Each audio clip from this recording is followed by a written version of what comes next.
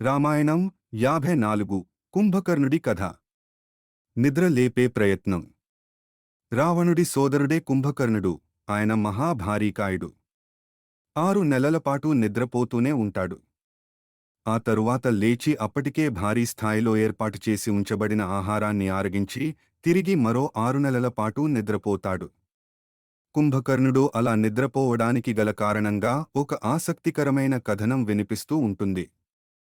తన సోదరుడైన రావణుడు తపస్సు చేసి బ్రహ్మ నుంచి అనేక వరాలను పొందాడు.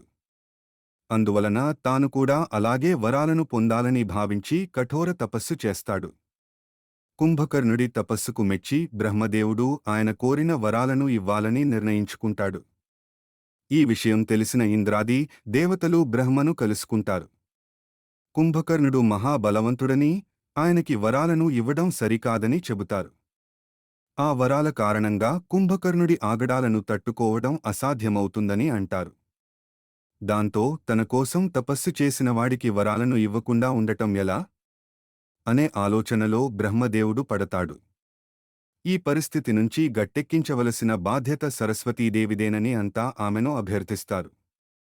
కుంభకర్ణుడి ఎదుట బ్రహ్మదేవుడు ప్రత్యక్షమై ఏం కావాలో కోరుకోమని అడుగుతాడు. ఆయన తన మనసులోని కోరికను బయటికి చెప్పాలను అనుకుంటూ ఉండగా సరస్వతీదేవి ఆయన వాక్కును మార్చేస్తుంది. దాంతో తనకి ఎప్పటికీ నిద్ర కావాలని కుంభకర్ణుడు కోరతాడు.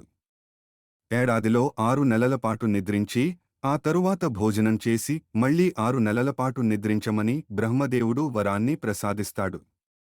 ఈ 6 నెలల నిద్రాకాలంలో మధ్యలో మెలకువ పొందిన రోజున ఆయన ఆయుష్షు తీరుతుందని చెబుతాడు. అలా బ్రహ్మదేవుడి వరం కారణంగా కుంభకర్ణుడు నిద్రిస్తూ ఉంటాడు. 6 నెలలు పూర్తి కాగానే ఆయనకి కావలసిన ఆహారాన్ని సమకూర్చేవారు. దానిని ఆరగించేసి మళ్లీ పడుకునేవాడు.